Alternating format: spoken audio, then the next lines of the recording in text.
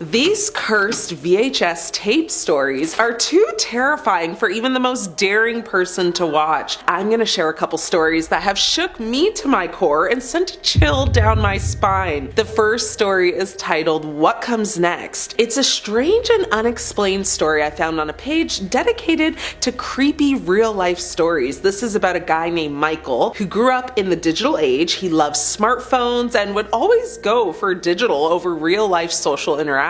However, there was one night out of the week he would never miss, which was horror movie night with his buddies. His Friday night ritual was to watch the latest horror flick with his friends, then go home and just prepare for bed. On one of those nights, one of Michael's friends brought an old dusty VHS tape to watch. This was apparently found in the attic of a passed-on family member's house in Vancouver. As his friend Jackson walked in with the tape, they were all really excited to give it a go. The host spent about 30 minutes looking for his old VHS player, and when they found it, they immediately took the tape, shoved it in, and began to watch. Right after the film started, there was nothing but silence in the room, so everyone, was seated tightly in their chair and was giving it their full attention. The film was actually about a demon that possessed its victims by presenting itself as a friend, calling herself Lila. About halfway through the film became more and more sinister as Lila would establish a bond with her victims before she made her move. It almost seemed as though Lila cared about them before she destroyed their lives. Once fooled, she was able to possess them. You could see it in her dreadful eyes,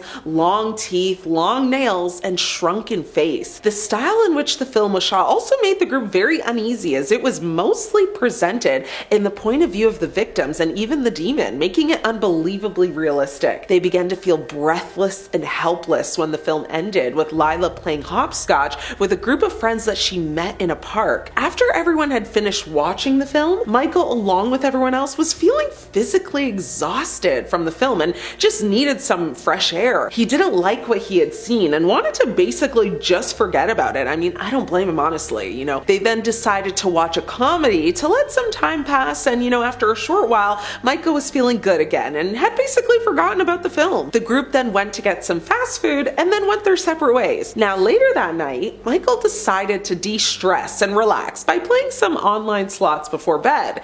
He actually found that this was a great way to kind of unwind and just have a little bit of fun. It was late and he decided to get ready to shut off and prepare for sleep, but right before he shut off, he got a message from a girl called Lila. She invited him to check out this new online slot. Now, Michael was tired, and without even realizing who the message was actually sent from, he just opened the link and out of instinct and not knowing what was going to happen next. He did fall asleep, but then was actually woken up in like a puddle of sweat, completely drenched, to what he thought was just, a bad dream, like a nightmare where he was being watched by something that he couldn't quite explain. Now, over the next few days, Michael would begin to feel sick and even tell his friends that he wasn't feeling good and wouldn't make it to their next movie night, which he never missed. But here's the problem. Michael disappeared. He not only didn't make it to the next movie night, he didn't even make it out, period. His friends stopped hearing from him. He virtually just vanished. And although some time has passed, and most people assumed, that he just wanted to go live off the grid and disappear and,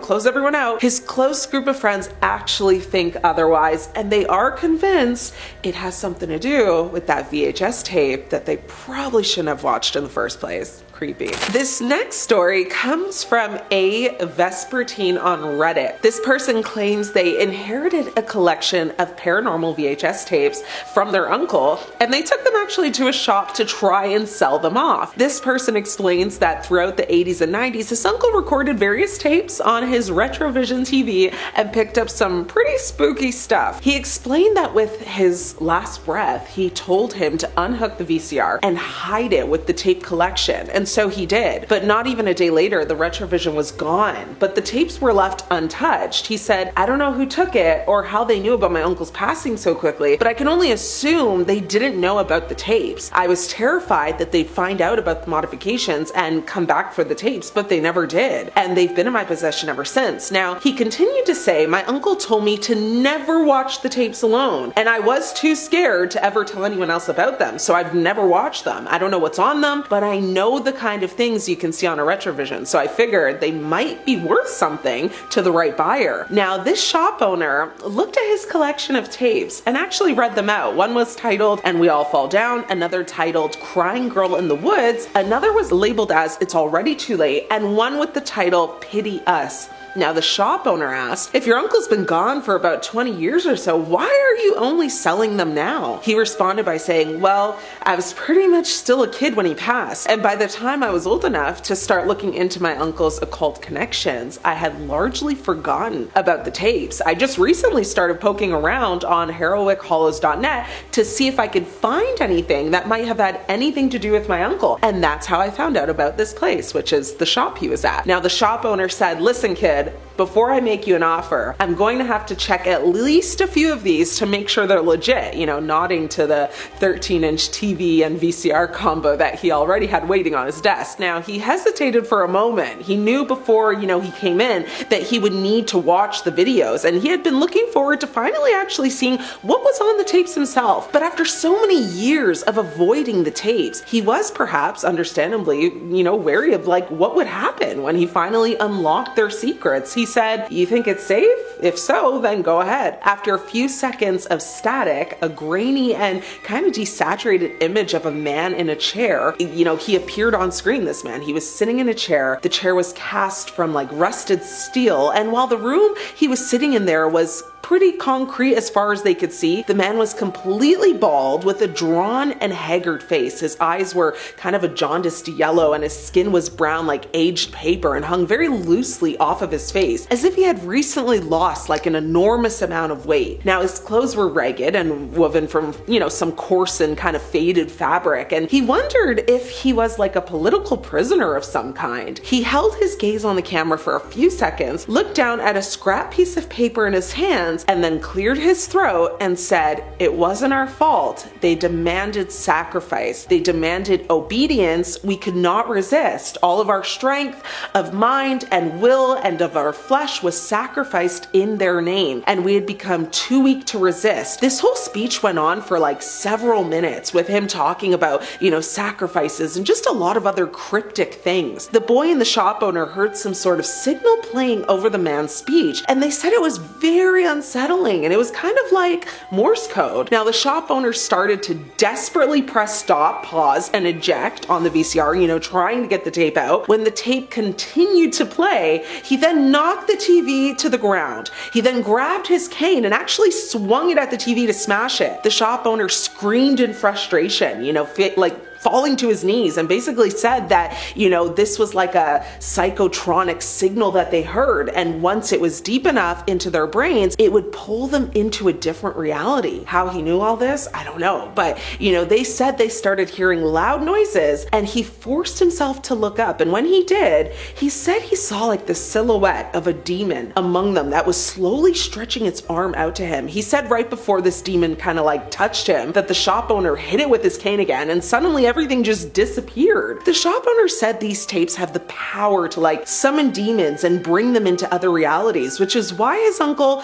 probably never wanted him to show these to anyone or be seen by anybody. The shop owner said, had he watched these alone, he actually could have been sucked into another world with absolutely no way out. Now, whether this story is true or not, it definitely is really creepy. And I know personally I got some old VHS tapes sitting in my closet, but I'm definitely not going to be finding my VCR to put them in anytime soon. What are your thoughts on these crazy, creepy VHS stories? Let me know. I'm your host, Ashley. Until next time, stay scared. I want to share with you some chilling stories about people who dabbled in the world of spirit summoning, only to regret it instantly. These stories serve as cautionary tales, reminding us of the potential dangers of meddling with forces beyond our understanding. First, let's talk about the case of Roland Doe, also known as Robbie Mannheim. Now, in 1949, this 14-year-old boy from Maryland became the inspiration for William Peter Blatty's widely popular novel, The Exorcist. Roland had been experimenting with a Ouija board, trying to contact spirits when he allegedly became possessed by a malevolent entity. Now, the events that followed were nothing short of terrifying. Roland's family reported strange noises, furniture moving on its own, and unexplained events. Are you ready to have some nightmares?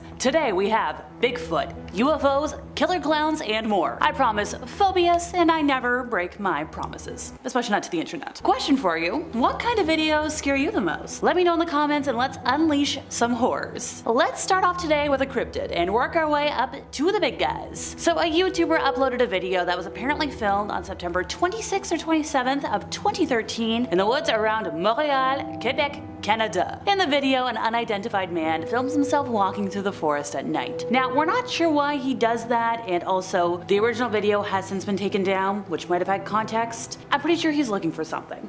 Now it's just part of these compilations. Eventually, he comes upon something that frightens him, and after exclaiming, "Oh!" can't say that word, "Oh God," he immediately turns and begins running in the other direction. Given how dark the footage is, it's not entirely clear what he saw until you slow down the video and you zoom in. Further ahead on the trail, something appears to peek out briefly from a tree before returning to its original position behind said tree. The creature does not appear to be any type of known animal. Rather, it's pale, fish-faced, and with seemingly large eyes. It looks almost like a gray alien type. Look, this video is the real deal, and also if you think about it, it's got a very authentic feel to it. The reaction upon seeing the creature, like, this guy's genuinely startled. He's not rehearsed. I can tell I'm an actor. Now, one of my first thoughts when I saw this footage was like, oh, this cryptid, it's a hide behind, seeing as it ducks really fast. It's a nocturnal critter from American folklore that preys upon humans that wander the woods. It was blamed for the disappearances of early loggers when they failed to return to camp, and as the name suggests, it's able to conceal itself. When you look directly at it, it hides, ducks away. Look, it makes sense to me. You let me know in the comments what you think. As promised, it's UFO time. Alright, I'll be the first to admit we don't know as much about this footage as some of the other entries today, so bear with me. I found this video on Reddit, and while the site does tend to be the Wild West for finding credible information, I think my nonsense filter is pretty decent. So a while ago, user CuriousAD5774 said, "Don't got much to say about this video, other than when my dad originally sent it to me, I felt like it had to be a UFO and there's nothing else that seemed to explain it." Now, Canada is notorious for sightings. I've seen a couple of them, and look, this video was taken way before drones were being used regularly. He thinks it's about 10 years old. So let's break down the video together, shall we? While watching the video, you can see a number of different orbs in a dark sky, and the way they move cannot be explained by science. Now, another commenter, Death Perception, has an idea of what it could be. He's like, yeah, this is pretty good footage, it's dark, it's an old video, but if we're all assuming it's real, pretty sure it is, then it's clearly the typical black triangle that's been seen since at least the 90s. Now somebody else, only capital 5393, was able to relate to the footage, saying it was exactly what their brother and mother described back in the 90s. They were driving in New Hampshire in the wee hours of the morning, going south, and this UFO came and followed them for a while on the highway. There was nobody else around, and it was just like hanging out. Whee! Here we go. The lights are exactly what they described though, how they kind of spin in a circle around the center light. And the commenter had never seen anything like they described until that moment. Now, he would have loved to have sent it to the mother and brother, but sadly they passed away. And if we want to talk about how credible the mom was as a witness, she was an Air Force flight nurse during Vietnam. If she hadn't seen it, come on. She had heard rumors about UFOs being real, by the way, and that made her pretty interested in the subject. She actually became like a UFOologist. She joined a lot of organizations, and at one meeting, she sat at the same table with Betty Hill. Time to fulfill another promise, and that's evidence of Bigfoot. Paul Freeman claims that while working as a watershed patroller for the US Forest Service back in 1982,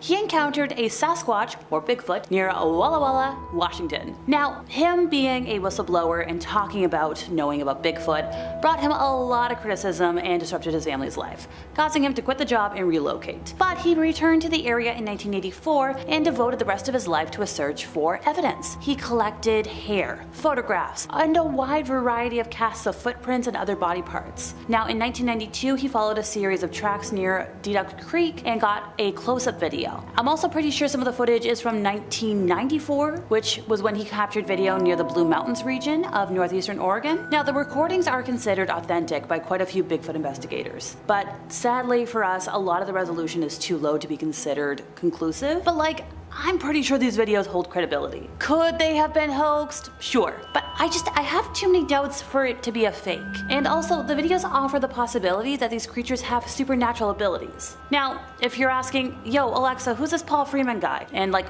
why do you think these videos are so credible? Allow me. He was an American Bigfoot hunter, and he discovered a lot of tracks showing dermal ridges. And the plaster casts he made were convincing enough to be considered critical pieces of evidence by anthropologists. Now, if we're talking about which anthropologists, Jeff Meldrum of Idaho State University and Grover Krantz of Washington State University, they put a lot of time and resources into studying them. And it's hard to get resources to study things that aren't credible. Now, sadly, Paul passed away in 2003, but he was adamant until the day he died that what he saw was real proof that Bigfoot is out there. On Saturday, March 11th of last year, William Church, a professional truck driver who regularly drove on Arizona State Route 87, noticed a bright glare in his dash cam, and he thinks the flashing figure is a ghost. Now, he's described himself as someone who has seen a lot of weird stuff during his travels, but he's been able to make sense or explain away everything, except for this video. The specter was spotted at around 2:30 in the morning while William drove past the highway's 200-mile marker, which is located between Phoenix and Payson, Arizona, and since it was that very ungodly hour, there was nobody on the road, and he captured something weird on his Nextcar dash cam, which I guess is a leading dash cam brand. And thankfully, we've got the footage. Granted, it's only 6 seconds long, so pay attention now. And now that we're back, I shall continue. He is positive the translucent figure y'all just saw looks like a person standing in the roadway, saying like he can see the lines through the legs that make up the figure. So if we want to give a little context on the area, Arizona State Route 87 is a north to south highway that was constructed in 1927 and measures approximately 272.66 miles. The north end travels to State Route 264 near Second Mesa, a census designated place in Arizona, while the south end travels to Interstate 10 near Picacho, an unincorporated community and another census designated place. Now, a lot of fatal accidents have happened on this 96-year-old highway, which has reportedly led some locals to believe that the road could be haunted. Look, a recent fatal car crash happened on State 87 near milepost 201 in February of last year, and last I checked, the exact cause of the crash is unknown. The two-person collision resulted in the death of one person near Bush Highway, which is east of Fountain Hills, and Valley Chevy dealers in Phoenix named State Route 87 one of Arizona's most dangerous roads. So, if you watch this video that we're talking about today, yeah, there's a lot of supernatural activity on these highways. Because why? Well, people die, spirits don't move on. And look, I'm speaking as somebody who drives, has a license. I don't want to see any ghosts when I'm driving tonight. No thank you. And how about we end today with some 2016 killer clown footage. Now, I'm friends with a lot of creepy clowns. I've been one myself. But 2016 was a rough year to be a clown. The 2016 clown sighting incidents were reported in the United States, Canada, Australia, and a lot of other countries and territories in August of that year. They were first reported in Green Bay, Wisconsin, in what turned out to be a marketing stunt for a horror film, but the phenomenon later spread to many other cities in the US. And by mid-October, clown sightings and attacks have been reported in nearly all of the US states, 9 out of 13 provinces and territories of Canada, and 18 other countries. Alright. Watch the video now before I start fuming over clown rights, and we can break it down after. So this footage shows the masked monster emerging from a motorway underpass and standing in the middle of the road, waving very creepily at the stopped car. Now when the figure starts walking towards the vehicle, the male driver tries to reverse away, but then the crazed clown makes a sudden dash towards the family in the car. And these guys were just trying to come home from like a nice dinner out. After backing up far enough, the panicked driver puts his foot down and speeds towards the clown, who jumps out of the road a split second before being mowed down by the car. Now, the driver who put his foot down and sped towards the clown, it's terrifying. In the original Facebook post, the wife of the driver wrote that the incident took place at Grange Mill Lane, and they were confronted by this person coming out from the underpath tunnel and charging at them. I don't know what to make of it. Like, as much as I love a good killer clown, such as one of my besties, Buttons, there's a reason they only exist in controlled fictional situations. And like this, if I ever saw a killer clown when I'm driving, absolutely not. In 5th place, we have an exorcism filmed through a peephole. So it's no secret that exorcisms are still a practice done today, but the Catholic Church really likes pretending that they don't because of the negativity around it. Technically speaking, the Catholic Church authorizes the use of exorcism for those who are believed to be the victims of demonic possession. Specifically, in Roman Catholicism, which is what I grew up with, exorcism is a sacramental ritual but not a sacrament, so unlike baptism, confirmation, first communion, or confession. Unlike a sacrament, exorcisms depend on two elements: authorization from valid and legitimate church authorities and the faith of the exorcist. The church will ask publicly and authoritatively in the name of Jesus Christ that a person or object be protected against the power of the evil one and withdrawn from his dominion. Now, the rite of exorcism was revised in January of 1999, making it a lot less Latin, and assumes that, possessed persons retain their free will, although the demon may hold control over their physical body. It involves prayers, blessings, and invocations with the use of the document of exorcisms and certain supplications. Typically, the individual will be restrained and the priest will perform a ritual of prayers to remove the evil spirits. Solemn exorcisms, according to the canon law of the church, can be exercised only by an ordained priest or higher, with the express permission of the local bishop, and only after a careful medical examination to exclude the possibility of mental illness. The Catholic Church has between 500 to 600 official exorcists, with the vast majority operating in Latin America and Eastern Europe. Now that we're all clear on the formal definition of exorcisms, time to dive into this lovely 2014 video. The ritual was captured on camera by a man who heard the shrieks of the woman inside the sanctuary and filmed it through the peephole of a door. The incident occurred at the Assumption of the Virgin Mary Church in Vranov, Najijai, in February of 2014. The church's priest, Marek Dunda, confirmed the video is real, but only said that if something is filmed through a keyhole, there's nothing more to say about it. Which is a dodging the question kind of answer if I've ever heard one. He told the newspaper he was talking to that he carries a mandate from his bishop to perform exorcisms, and also said that the group were asking God to protect and to liberate the person, including using a Latin prayer asking for help, and of course it helps. Pardon me. I'm no expert on exorcism rituals yet, but if you have to state that something of course helps, in my personal experience, it's a smidge sketchy. It's very hard to tell what is happening in the video, but it appears that at least two people surround the woman, who can be heard screaming in agony with momentary pauses in between for the duration of the, just under 2-minute long video. Daniel Trokta, who, shot the video after hearing the screams, warns people in the description to watch the chilling footage while wearing headphones, which is what I did. When asked about the condition of the woman in the video, the priest said any details about her or her state were private, and while I'm glad the church is respecting her privacy, I hope that the poor woman has been cured and healed. As much as I joke about it, demonic possession is no pleasant or laughing matter. In fourth place, we have footage from 2020. Okay, before anyone out there panics, I'm talking about the American News magazine that's been, broadcasted on TV since June of 1978. Not the awful year in recent history that we're not going to talk about, because that was awful. On April 5th of 1991, the show featured a segment that showed an actual Roman Catholic ritual of casting out demons, videotaped at a nun's home in suburban Palm Beach County. The segment shows the affected girl, referred to only as Gina, as she thrashes under the effect of ancient prayers, is sprinkled with holy water, and, has a cross being pressed to her head. Common stuff. The girl retches, writhes, yells, and bares her teeth. She says, "Get out of here! Me not want to leave!" shrieking all this at the priest, as one hand snaps the gauze bonds tying her to the chair. By the way, apparently if the exorcism team hadn't tied her down, she might have levitated to the ceiling. How very Willy Wonka. At the time, the March 25th issue of US News and World Report carried no fewer than 5 articles on hell and the devil, citing a poll that 6 out of 10 Americans believed in the netherworld, which is 2% more than in the church heyday of the 1950s. Another poll, released in August of the same year, said 55% of Americans believe in the devil and 49% in demonic possession. I'd love to see those results today, but I couldn't find them sadly. Most Catholic leaders say possession is rare, with Reverend Kenneth Doyle, Communications Director for the National Conference of Catholic Bishops, stating he's only heard of about a handful of exorcisms in the last 40 years, but I feel like that's just a PR statement. Here's the thing. When churchmen do perform an exorcism, they almost never talk about it. The main exorcist in this entire report is known only as Father A, and his face is kind of obscured. Sister Lois Schaefer and the Reverend Walton Dockerell of St. Rita Parish near West Palm Beach, who took part in the exorcism, said through a secretary that, no comment. Palm Beach Bishop J. Keith Simons, who permitted the taping, issued only a 4-paragraph statement, saying that the devil really exists, he is powerful and actively at work in the world today, as through the centuries, which echoes what Cardinal John O'Connor of New York said. Now, it was O'Connor's remark that there can be no question about the reality of the devil that initially drew the interest of 2020, especially after the church got about 75 requests from around the country to investigate possible cases of possession. That job fell to the Reverend James LeBar, a specialist in the occult, who looked into some of the initial claims and decided that Gina in South Florida was genuinely being tormented by demons. According to the report, she experienced psychotic episodes, plus visions of demons and dead persons. Oh, I don't wish that on anybody. Her mother says she tried visits to a spiritist and to various hospitals, and in the footage, the priests say the girl is controlled by 10 evil spirits. They meet her violent reactions by following the prayers and the gestures of the rite. The ordeal took about 6 hours, and this isn't really uncommon for exorcism lengths. Before the procedure even took place, Father A mentioned how it's a terrifying experience at times, and that he,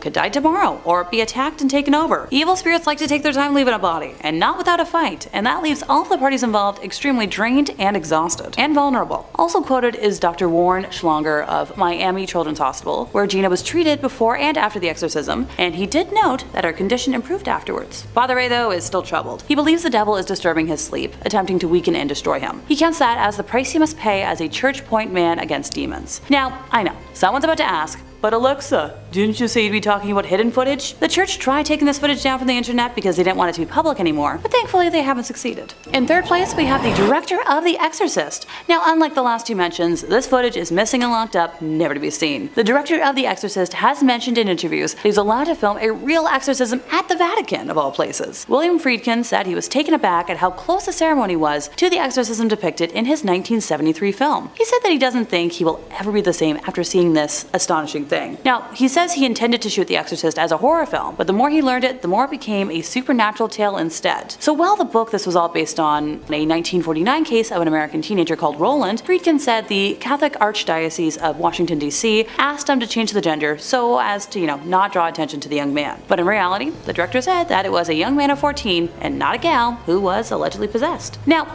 the Vatican did not immediately respond to a request for comment, and still has not as of this day. The church asking someone to hide something and then not commenting on it. I'd say I'm shocked, but I made a promise to myself to never lie on here, and I'm not about to start doing that today. Friedkin said he believed the boy was genuinely possessed, convinced that there was no other explanation. He read the diaries of not only the priest involved in the exorcism, but the doctors, the nurses, and the patients at Alexian Brothers Hospital in St. Louis, where this original case was carried out. He's also stated that he's not Catholic, doesn't go to church, or belong to a church or a synagogue. Make of that what you will. In second place, we have the exorcism of a satanic queen. This tale in particular comes from Dr. Richard Gallagher, who is an Ivy League educated, board-certified psychiatrist, and who performed a mental health evaluation on our sad woman to make sure it wasn't, an instance of something that could be helped with modern medicine first and foremost. He described her as a middle-aged woman who wore flowing dark clothes and black eyeshadow, and while she was charming and engaging, she was also part of a satanic cult. This is where I swear I'm not part of a satanic cult, even though that visually fits my aesthetic. She called herself the queen of the cult, but Gallagher would refer to her as Julia, the pseudonym he gave her. The woman had approached her local priest and was convinced she was being attacked by a demon. The priest referred her to an exorcist who reached out to Gallagher for, a mental health evaluation. It was one of the first cases he took, and apparently it changed him. So he helped assemble an exorcism team that met Julia in the chapel of a house. He was adamant that objects would fly off shelves around her, and she somehow knew personal details about him, such as how his mother had died of ovarian cancer, and that the two cats in his house went berserk fighting each other the night before one of her sessions. She even found a way to reach him even when she wasn't with him. One night he was talking on the phone with Julia's priest when he says both men heard one of the demonic voices that came from Julia during her trances, even though she was nowhere near a phone and thousands of miles away. He and a team of exorcists paid her many visits, but eventually she called a halt to the sessions. She was too ambivalent and relished some of the abilities she displayed during her trances. About a year after she dropped out, Gallagher says that he heard Julia's voice on the phone again. This time though, she had called to tell him that she was passing of cancer, and he offered to try and help her with a team of priests while she was still physically able, but her response was vague, and sadly she passed before he was able to help further. Now, while Gallagher has taped all footage of his work, he has been forbidden by the church to release any of it. Ergo, sorry folks, I got nothing. In first place, we have Ed and Lorraine Warren exorcism footage. Me talking about Ed and Lorraine Warren? I know, a shocker. While the video is blurred on YouTube to protect the identity of the poor girl, I personally think it's up there as one of the most frightening things I've ever seen. At an hour and 20 minutes long, it depicts a Catholic bishop in Connecticut attempting to converse with a demonic entity that has possessed the body of an innocent young woman while her family restrains her. Ed and Lorraine were the ones to alert the church to the possession after meeting her during an audience chat session that was held at the conclusion of one of their public presentations. During portions of the exorcism, when prayer is done, you can hear the demon acting wildly, and it originally refuses to give its name, both of which are quite common in cases of demonic possession. Eventually we learn that there are 4 demons possessing our victim, with one of them identifying themselves as Robert, a name associated with the son of Satan. I'll let a snippet roll now, allowing you to hear the woman for yourself. This footage was unreleased until after the passing of Ed and Lorraine, and it's believed that they were told by the Catholic Church to specifically keep it under wraps, but their son-in-law doesn't have the same fear or respect for the church, depending on one's opinion.